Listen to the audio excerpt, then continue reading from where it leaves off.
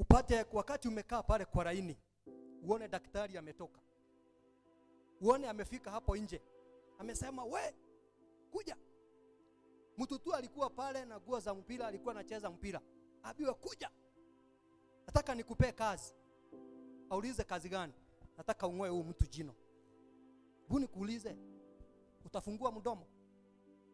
Amekuja tu na jazz Arsenal, alikuwa anacheza tu mpira na vijana wenzake, anakaa one of us, abiwe ile ni makasi, nataka kungoa hiyo jino, unachimba pande ya nje na hii sindano unadungia hapa, alafu akwambie enda kazi. So anaanza kazi na wewe, utafungua mdomo? Waseme wacha angoe jino yangu kwa imani? Hakuna kitu kama hiyo. Ni lazima unihakikishie ya kwamba mwenye ananingoa jino he is qualified kuningoa jino. Juu kuna watu walingolewa meno ikabaki mizizi, na hakuna kitu kibaya kama kungolewa jino na mizizi inabaki. Kwa nini nikasema hivyo? There is something we call experience in life. Kama mimi naweza kuwa nimeendesha gari for more than 10 years na kuna mwingine hajawahi kalia kiti ya driver, na tuwe na safari, tuseme tunatoka hapa tunaenda Eldoret, na tuambie ndugu yangu, sababu tunaona ako na suti na tunataka kumheshimu kwa hii safari, hajawahi kalia kiti ya gari, lakini tumwambie tunakuamini utatufikisha Eldoret, kalia hapa.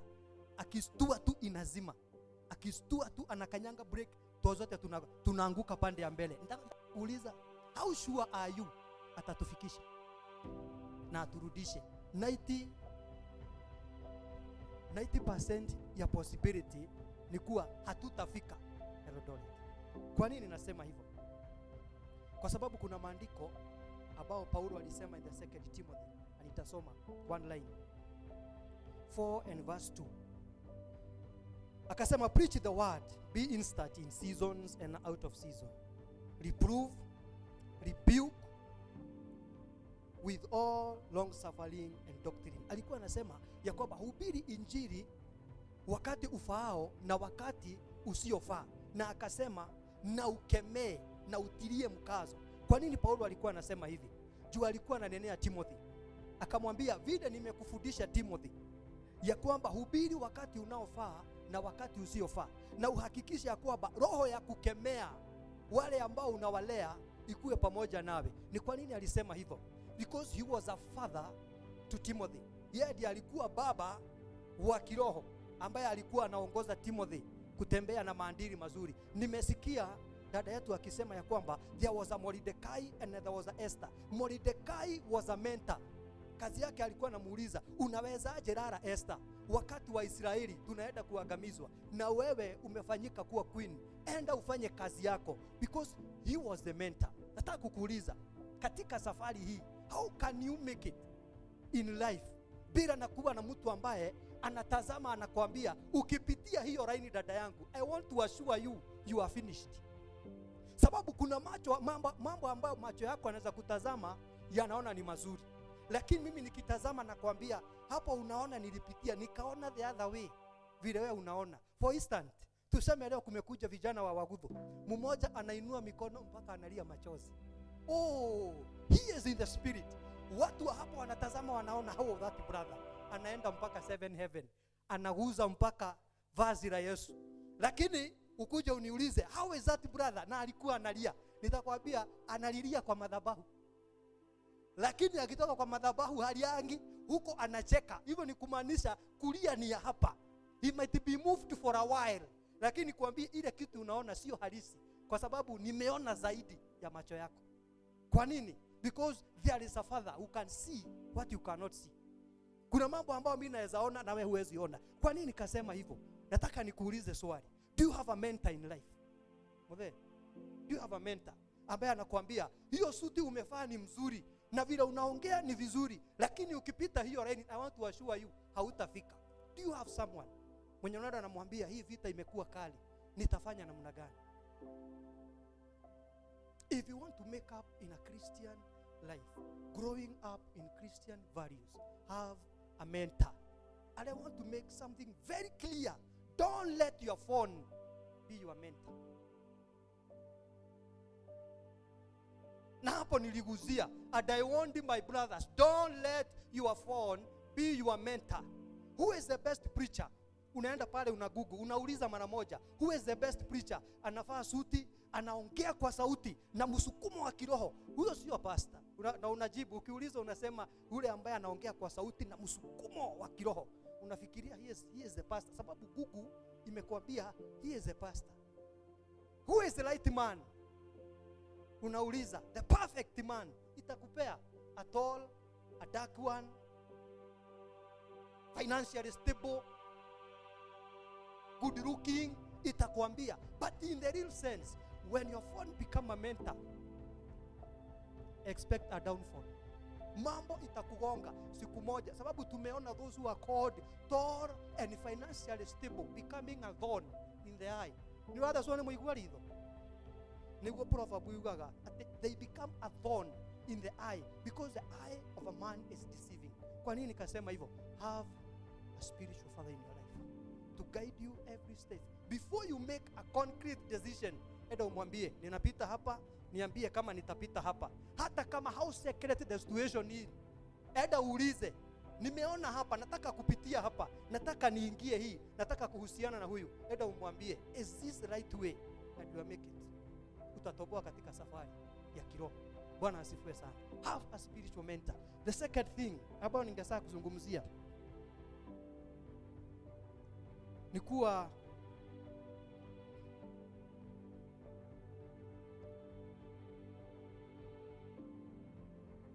watch out the spirit of intermarriage. The spirit of intermarriage.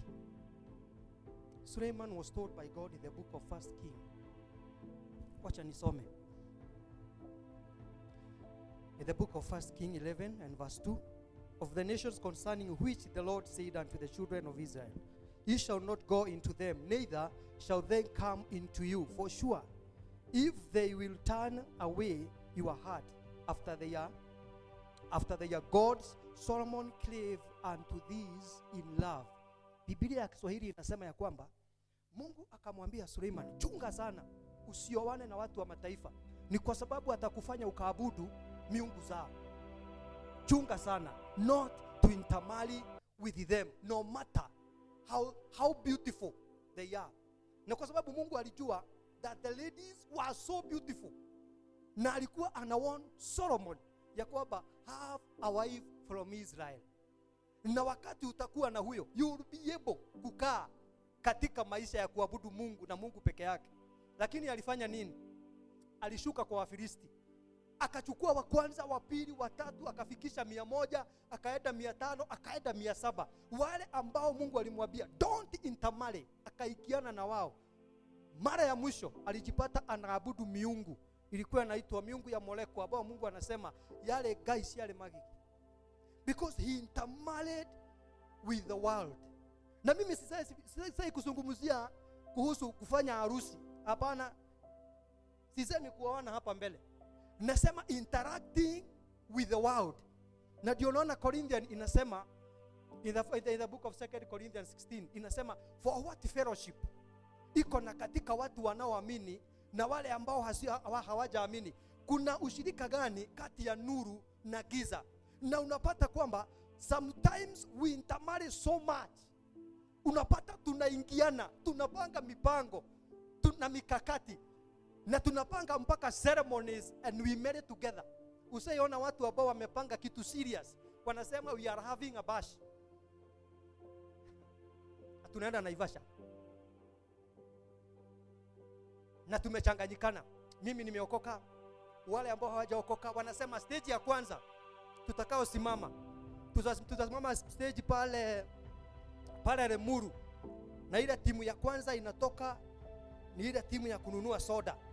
Timu soda ikifika Lemuru, timu soda tokeni, timu soda inatoka inanunua soda, inabeba, tunasonga songa, tunafika pale wata tunadina Naivasha. Tunafika hapo, pengine unasikia wanasema timu ya pili ni timu Mogoka. Timu Mogoka nayo inashuka na tukaratasi, wanakuja na tukaratasi. Hiyo ni timu tu kwa basi moja. Alafu tena wanasonga wanasema timu dhiri inashuka ni timu makali. Timu makali nayo inaenda inashuka inakuja na makali. Sasa wamebebana vitu zote, the same bus, watu wa soda, watu wa mogoka na watu wa makali. Sasa wanaandamana, wanaenda safari moja. Lakini wakati watu wa soda watakuwa wanakaa hapa, watakuwa wanatazama watu wa mogoka na watakuwa wanatazama watu wa makali. Wote sherehe ni moja, wimbo inainuliwa. Wale ambao ni wa soda wanaona, wale ambao wanafanya yao inaonekana inashika. Usiona mtu ambaye amesukumwa na makali na ameongezwa na mogoka na unamwekea wimbo. Kuna ango anaweza kaa abnormal ango. Sababu anajaribu kusimama ni kama amesimama, hajasimama, is a flow. You admire the life because you intermarried. By the end of the day, uko na tare guteorate. I need to be like that. So mumesoma naye, mumelelewa pamoja, but you have the same different kingdom. Lakini mumekuja kwa pamoja. By the end of the day, jioni mkirudi, mtakuwa mnaiba wimbo moja. Ate dio yodoge joyo guo amatigokeria hau hage tigocage nyesu nyinuke na thayo dio yodoge joyo guo nyinuke na thayo. Nyote mnaiba. Why do people intermarry? Ni kwa sababu God told Solomon never intermarry, because the moment you intermarry watakufundisha miungu zao. Na ndio unaweza pata mtu kanisani anacheka, unafikiria anacheka ni vile mhubiri anahubiri, lakini ni flashback. Ni flashback. Unafikiria tuko pamoja, ni flashback. Naivasha unaona amesmile, anakumbuka dongo vile alifanya. He is here but he is there. Tuko pamoja mpaka anaweza kosa kuingia ibada, imemchelewesha. Itaisha saa ngapi? Na unajua I cannot forget the moment we had.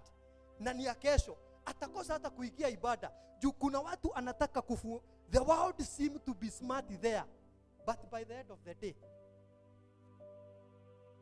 Mungu huweka utofauti kwa wale ambao walisimama katika haki na wale ambao walisimama na kutembea katika uongo na katika mwili. So nataka kusema nini? Never intermarry. Watch your life. Sababu hawa watu most of the time wanakujanga, wanakuzunguka so that they may destroy your destiny. Never intermarry. Nilisema one, have a spiritual father to guide you along the journey. Jambo la pili, don't intermarry. Jambo la tatu, fanya waamuzi. Joshua alisema in the book of Joshua 24:15 that in me and my house I'm going to serve the Lord. He made a choice. Hivyo ni kusema kuna roho inasukuma watu, roho ya kutofanya waamuzi. Kwa kizungu, I was telling my brothers, inaitwa the indecisive spirit. Roho ya kutofanya waamuzi. I want to be like them and I want to be like the other. Kwa hivyo uko hapa katikati, unajaribu na safari lakini unasikia it seems the world is becoming more sweet, lakini uko kanisani. Ile sababu ilifanya Waisraeli wasifike katika nchi ya agano ni kwa sababu Mungu aliwaokoa. Na unakumbuka Moses aliambia Farao ya kwamba pahali tunaenda jangwani so that my people, ndio Mungu alikuwa amesema, so that my people may worship me in the wilderness. Wale watu walitoka Misri kwa mwili, lakini mawazo yao yalibaki Misri. Na ndio unaona hata wakati walikuwa wanatembea jangwani, walikuwa wanatembea lakini wanakumbuka marenge, wanatembea lakini wanakumbuka kuna makaburi, wanakumbuka walikuwa wanakula nyama, wanakumbuka walikuwa wanakunywa maji. Ndio walikuwa kila saa wanakumbusha Moses, wanamwambia Moses, kulikuwa haja gani ya ututoe kule Misri ukuje utuue jangwani? Ni kwa sababu hata kama waliokolewa mawazo yao yalibaki Misri.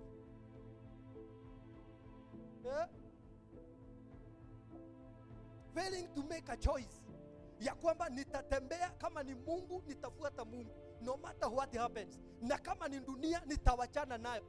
Making a choice. Hakuna kitu kizuri like making a choice in life. I have been a father for more than 15 years and I came to realize that life is making a decision.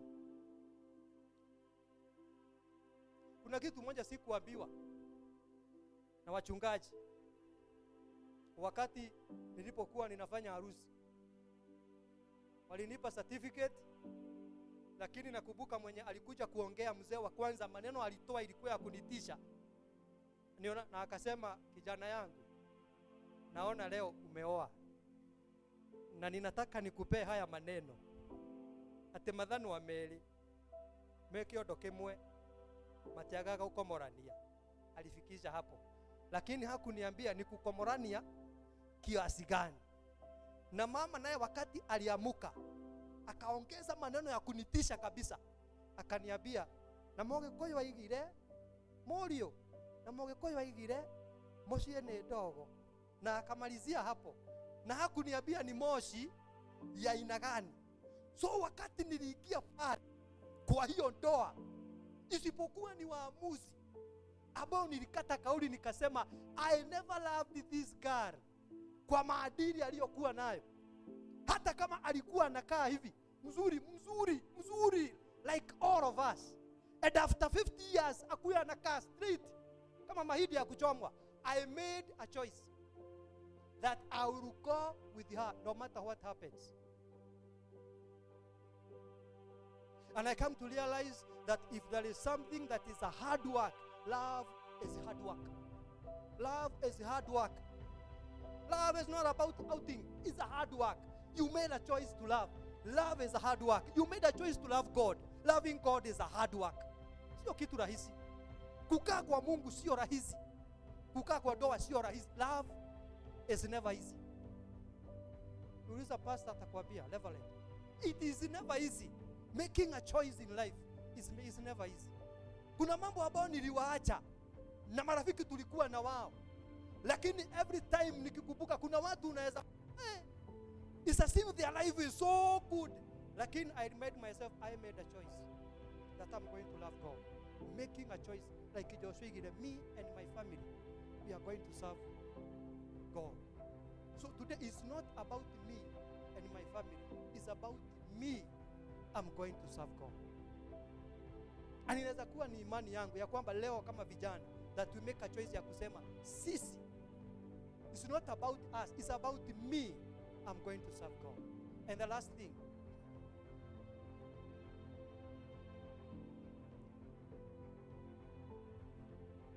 for few years nimeokoka.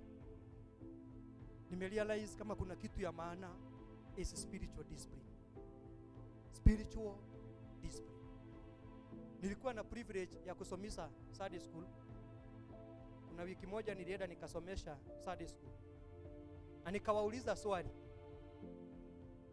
tulisoma nini Sunday? Wote wakanyamaza. Kajua hiyo ili evaporate. Nikawauliza, tuliona nini kwa TV? Hey. Wa kwanza na kalikuwa kadogo, niliona Pragia. Uliona Pragia? Nani mwingine mikono yote? Mimi niliona Wabui. Sasa nikaanza sasa kuuliza hiyo story. Wananipea hiyo story ni Sunday school. Kunaenda aje? Wakaniambia, unaona huyu? Hata